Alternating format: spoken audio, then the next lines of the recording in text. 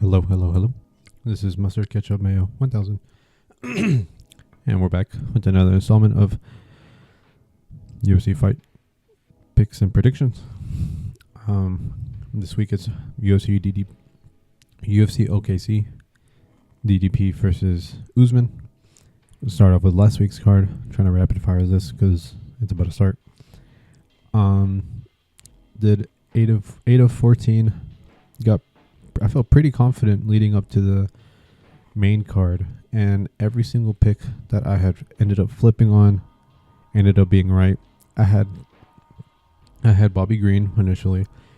I had Brandon Royval initially. I stuck with Mario Batista, and I'm glad I was right about that. Benoit was the only one I had originally stayed with, and I was originally on Holloway. So, yeah, this is annoying. And I was originally on Robert Whittaker as well. So, it happens. You can only do what you can do. But this week, UFC OKC. Start off with the curtain jerker. It's going to be Dion Barbosa versus Anna Melisano. I'm taking Dion Barbosa. Anna doesn't look too... not that she doesn't look promising. She doesn't look anything special or crazy. She's really short for flyweight. I think she should be fighting at strawweight. I think she would do a lot better there. 5'6" to 5'4" is a big difference, especially in women's MMA. So I'm taking Dion Barbosa by decision. Could be a finish. I think some decision would probably be the safer choice there. Next fight, Alvin Hines versus RJ Harris. I'm going to be taking I'm taking Alvin Hines by KO round 1. We already know this fight's going to be pretty quick, pretty fast. I'm only taking Alvin Hines just because he just came off PEDs, or has been off PEDs. And I can only assume it's probably going to be the same going forward. He probably still is on it. No one's going to really stop him. So I'm taking Alvin Hines by KO round 1. RJ Harris looks okay. Yeah, it looks got a little promising, a little like low level heavyweight that would probably be good on the roster. Make it look interesting. But Alvin Hines, I think, wins just because he's on PEDs. Yeah, next fight. Alden Correa versus Stuart Nickel. I'm taking Alden Correa by a KO round 1. He looks really good. I thought he was going to KO Luis Guerrero. He didn't. Stuart Nickel kind of just got pushed into the UFC. Shouldn't have been, to be honest. So, yeah. Alden Correa looks pretty good. KO round 1 for him. Next fight, Damian Anderson versus Ezra Elliott. I'm taking Damian Anderson. This one's a little bit weird. I know people are high on Ezra because he's like Sean O'Malley's friend or something like that. Or he trains with the MMA lab. I think Damian Anderson looks a little bit better comp-wise. Cage Fury FC. Or... is it Cage Fury? I think it's CFFC, something like that. Fury.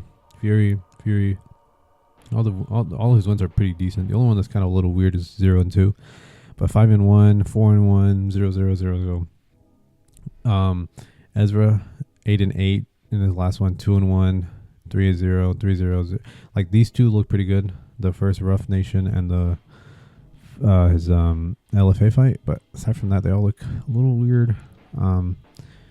Especially for someone who is being so highly touted. So I'm taking Anderson submission round 2. Especially if he trains with Sean O'Malley in them. I'm pretty sure they're just going to be pretty stuck on striking. I don't think wrestling or submission stuff is really that big of a deal for them. So yeah. Next fight. Felipe Franco versus Levi Rodriguez. I'm taking Levi Rodriguez by decision. Felipe Franco isn't good. He doesn't get finished. He only barely got finished by Freddie Vidal. I don't think he gets finished because he just is like a blockhead. His neck is too thick. His neck is just way too thick for it to be like hittable, or for his head to be like knocked off his head, of his neck. Levi Rodriguez, on the other hand, he has finishing potential, but don't really trust it, to be honest.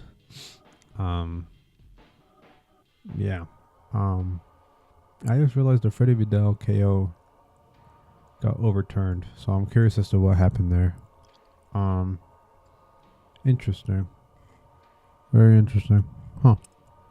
Weird. Anyways, Levi Rodriguez Jr. by decision. Nothing much else to say there.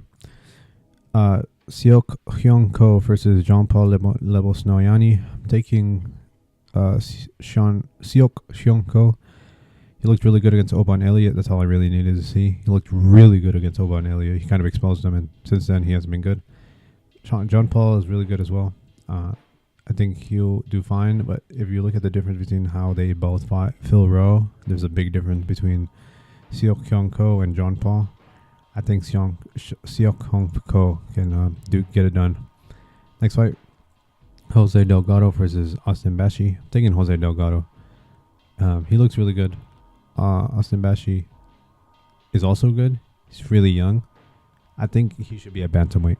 I don't think he should be a featherweight. He's 5'6". He's going to get really outdone by all the taller guys.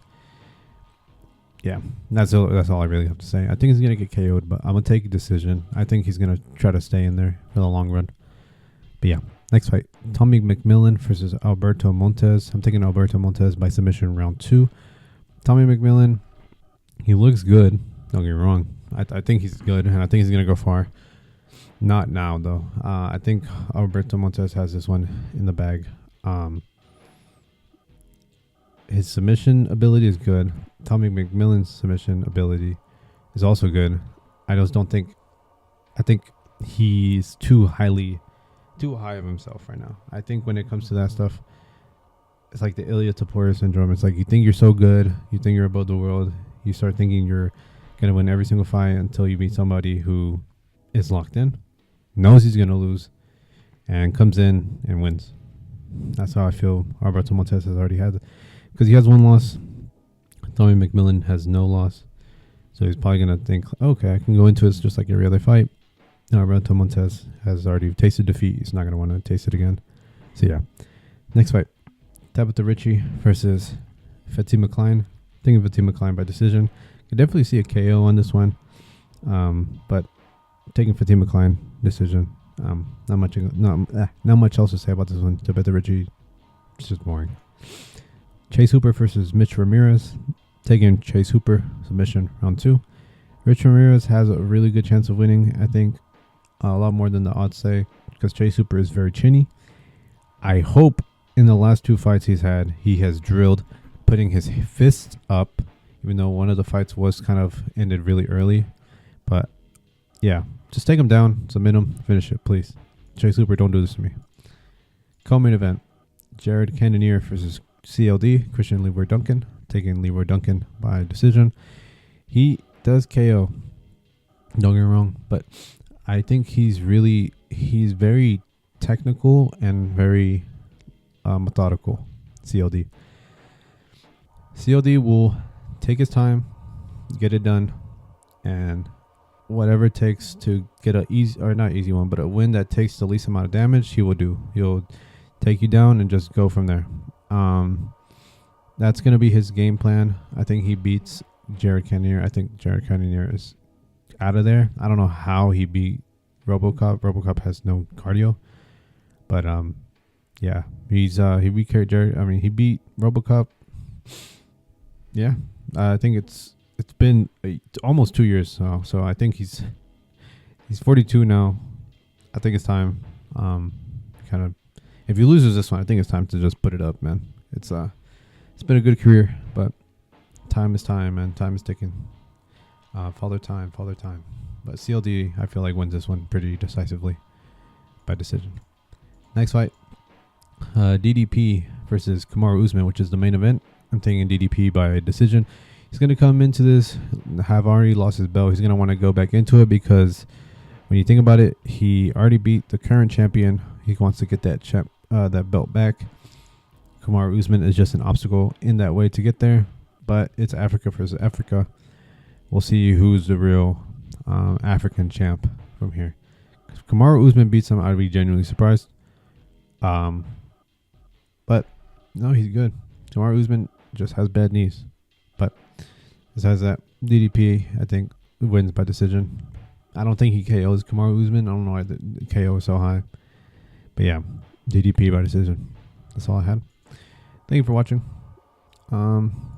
Usman probably going to be shown to be washed. Jerry Cannonier is probably going to be shown to be washed. So yeah, thank you for watching. That's everything I have for today. Goodbye.